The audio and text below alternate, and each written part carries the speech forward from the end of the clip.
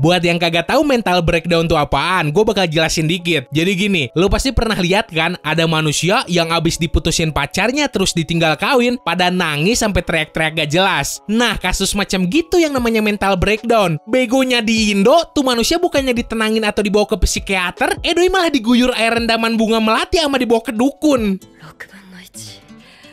6分の1だ。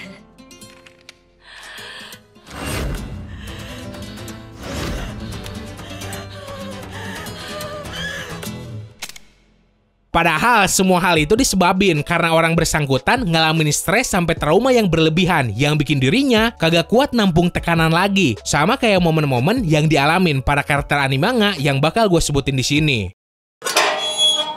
Nomor 1, sebuah alasan untuk melindungi seseorang, Toaru Majutsu no Index.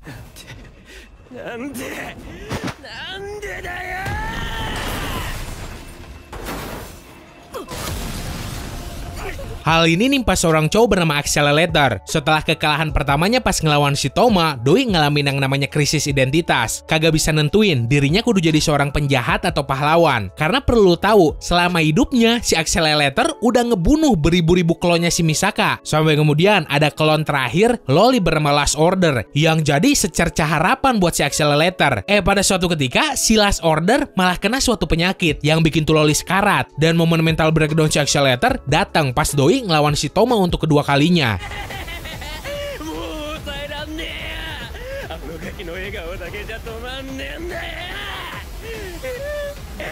Nomor 2, perpisahan seorang sahabat, Tengen Toppa Gurren Lagann.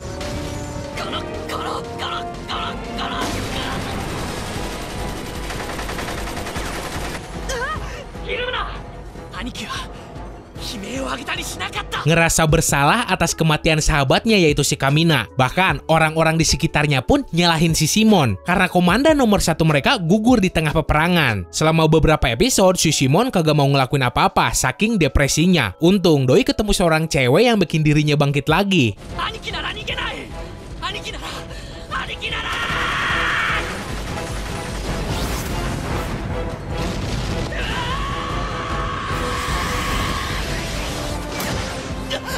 Nomor 3, anak yang berdosa, Full Metal Alchemist.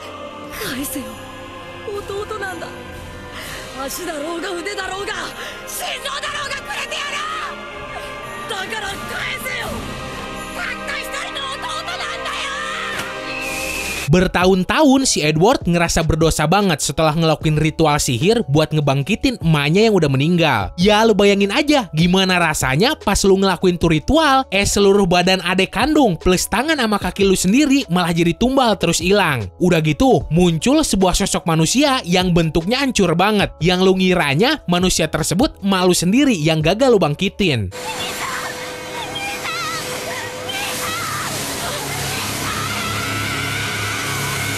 Nomor 4, penyakit yang disebut kegilaan, Rizero Karahajimeru Isekai Seikatsu.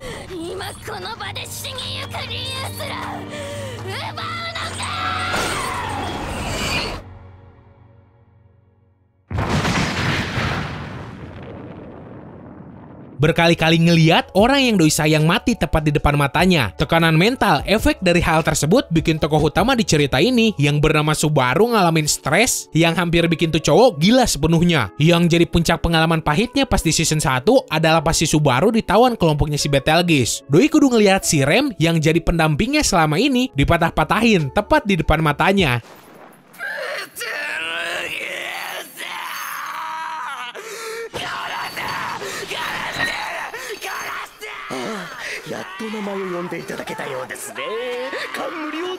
Nomor 5, memanggil kematian, Korewa Zombie Deska.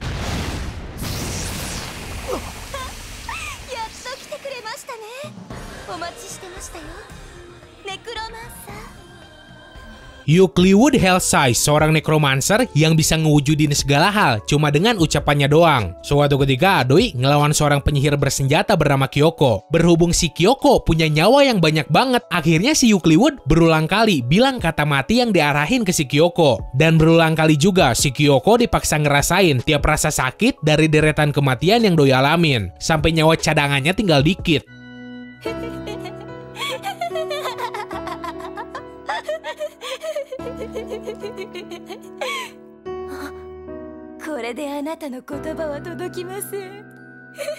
Nomor 6, reuni dan perpisahan Fate Apocrypha.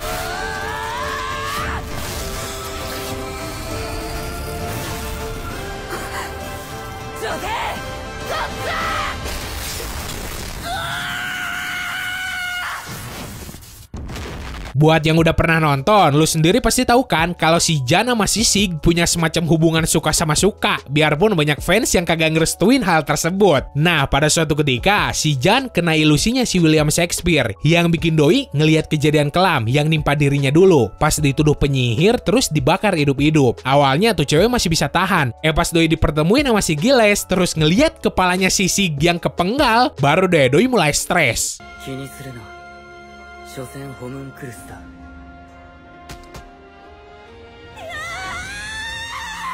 Nomor 7, penderitaan karena cinta, Code Geass Hangyaku no Lelouch.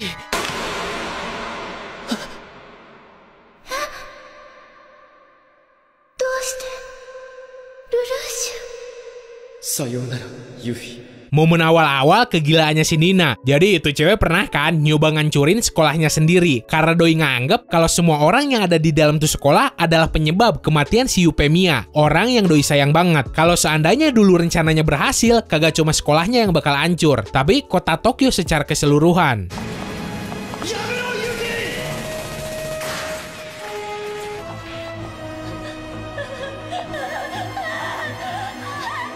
Nomor 8, kemarahan tak berarti, Koe no Katachi.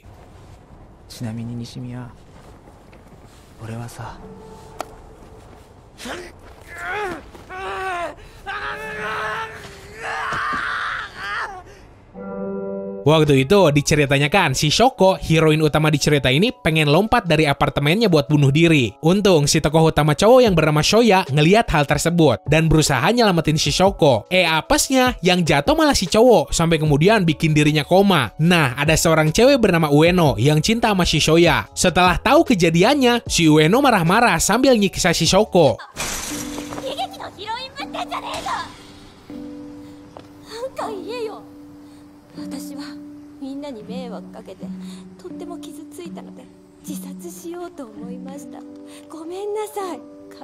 Nomor 9, kenangan masa lalu, Shigatsu wa Kimi no Uso.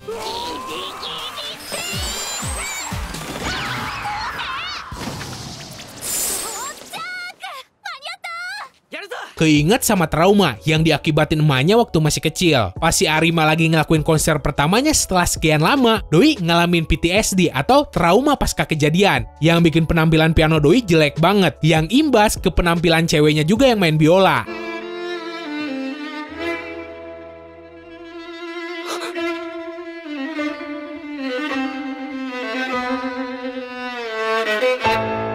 Nomor 10, penderitaan seorang kakak, Charlotte.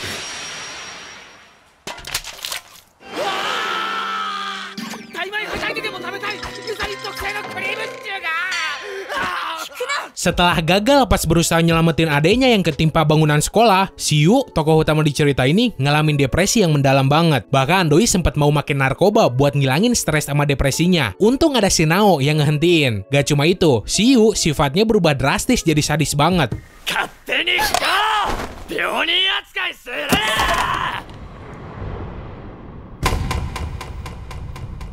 Nomor 11, kejadian tak terduga, Clannad.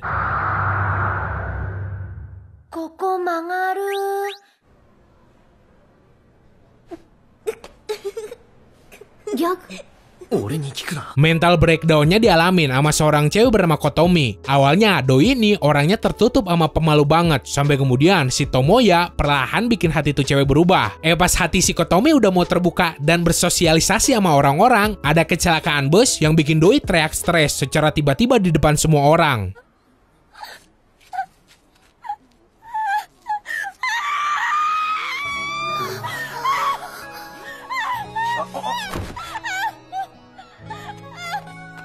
Nomor 12, sosok mengerikan, Noragami Aragoto.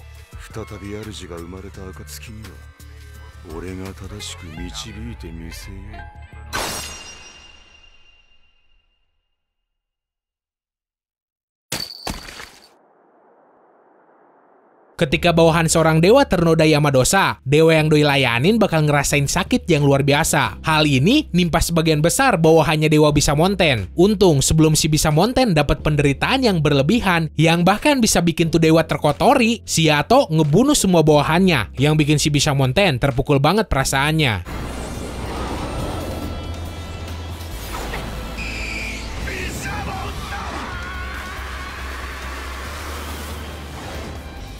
Nomor 13, keadaan yang tak pernah sama, Kiseiju Seino Kakuritsu.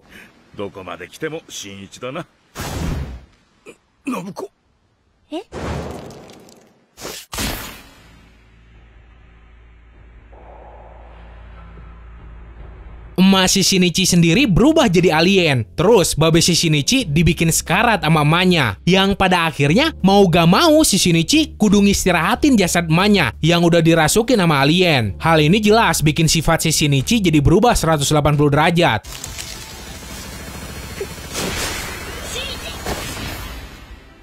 Nomor 14, ketidakberdayaan, Anohana.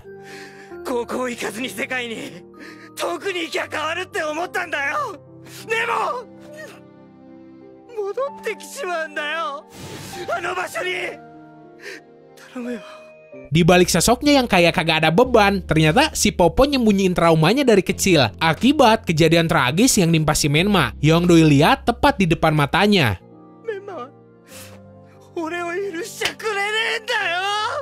Nomor 15, sebuah kutukan, Kotorasan.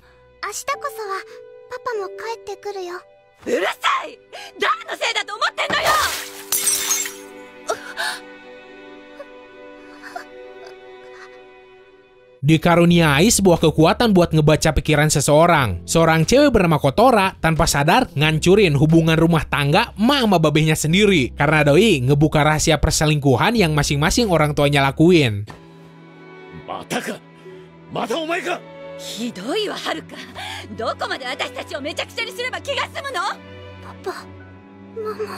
Oke, segitu aja buat hari ini. Menurut pendapat lu sendiri, momen mental breakdown siapa sih yang paling bikin nyesek pas ngeliatnya? Kayak biasa, kalau lu suka sama pembahasan ini, jangan lupa tinggalin like, terus share juga videonya ke yang lain. Terus, buat yang belum subs, langsung grepe-grepe aja tombol subscribe-nya. Supaya ya, gue juga makin semangat bikin videonya lagi. So, semoga lu enjoy dan bisa nambah informasi lu seputar dunia anime manga. Sekian dari gua, sorry kalau ada salah-salah kata. Bye!